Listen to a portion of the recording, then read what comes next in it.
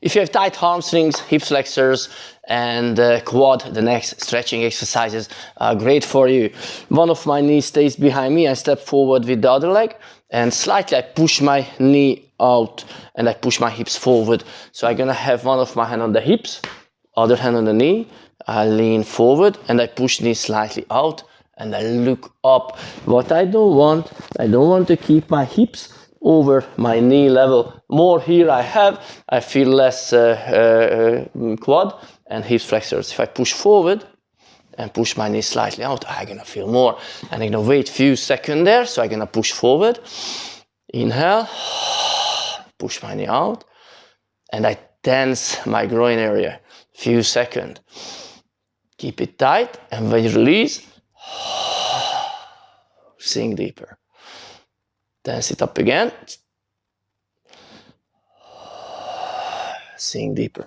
The reason I pushed out this leg as well, because I want to feel more the hips flexors. So not just straightly, I'm going here, slightly, just a bit out. I feel both sides a bit more, the groin area. Tense again. And more, I can push my hips forward. I have this angle with my leg. More stretching I do here, I'm gonna have less, because the next one gonna be the quad. I'm gonna put down my right hand next to my leg, and I'm gonna grab my leg behind me, and I push the hips forward. More I push my hips forward, my leg is one line with my body, more stretching I have here. I don't have any stretching. So again, I went forward here, 3-4 times, tense, release, tense, release. Palm down. I reach my leg behind me, push the hips forward, look up to the ceiling. Inhale, on the nose, and when you exhale, hips more forward.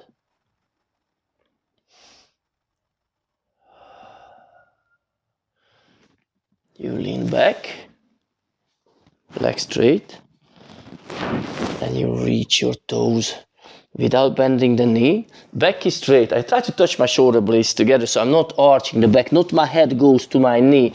My abs, my belly button goes down to my leg. I lean more forward, toes towards me, not just the toes, whole ankle, whole foot. I reach my toes, and I want to touch my elbow and knee together without bending my knee.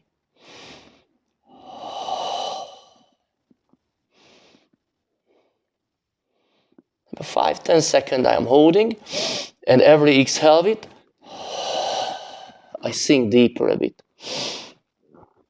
You're gonna feel very well the hamstring. Okay, sit up, I slide forward, both hands down, each side of the leg, and I sit back. I want to keep open more than 90 degrees.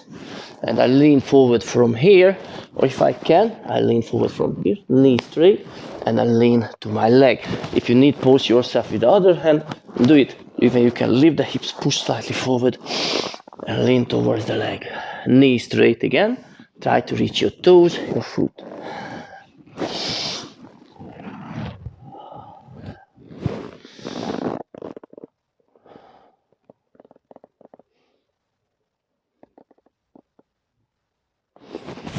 Come back, lift the hips, push slightly forward, grab your ankle behind you, and lean towards the ankle.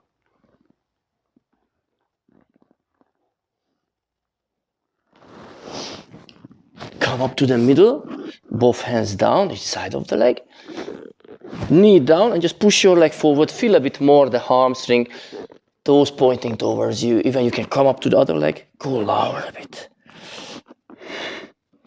Okay, let's switch, step the other side, other leg forward, palm on the hips, I push my knee forward, push my knee slightly to the side, I feel a bit of the hip flexors and the groin area, I keep tight, tense it up, and when you release the tension, I sink deeper, tighten up, just a few seconds, sink deeper. When you tense it up, you actually make space after to go forward. So again, if you keep it tight, And when you release, you feel you have more space to move. Anyway, without the tension, it's more difficult. You feel it hurts more difficult to go.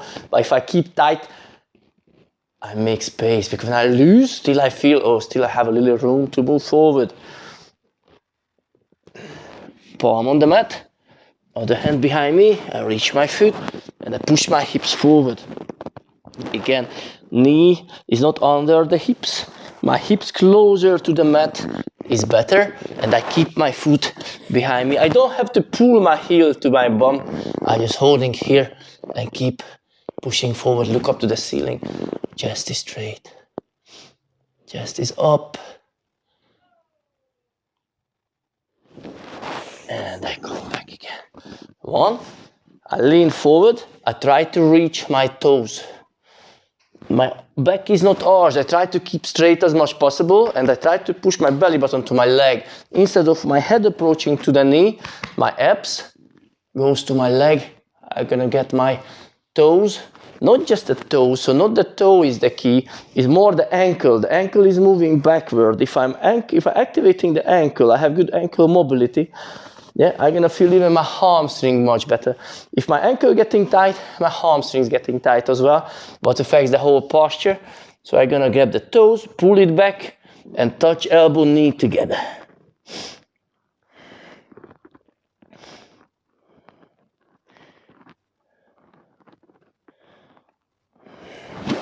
Come up, slightly, slide forward. This leg goes back, other one forward. I sit back, and I try to get again at least 90 degrees or even more. So I don't want to keep this leg up high here. That's the reason I post myself in my palm behind me. I push forward, I sit back. And I try to reach my heel, the toes, the leg, or this hand, or if I can't, post myself behind me. I reach forward from here. Not the head approaching to the leg, my abs, my core, my abs and ribs approaching to my leg. And I look up. Inhale. And exhale, lean more forward.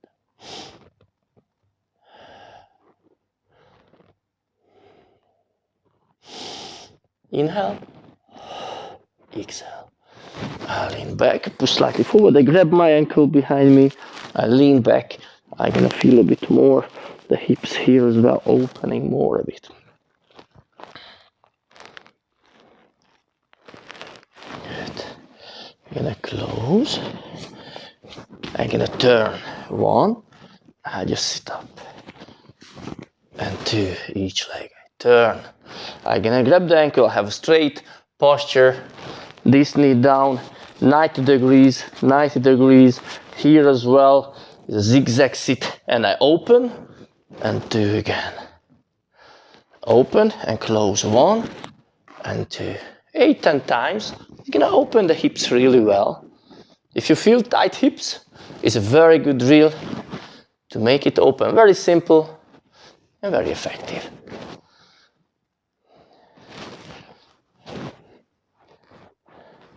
And the problem is that when we have any problem,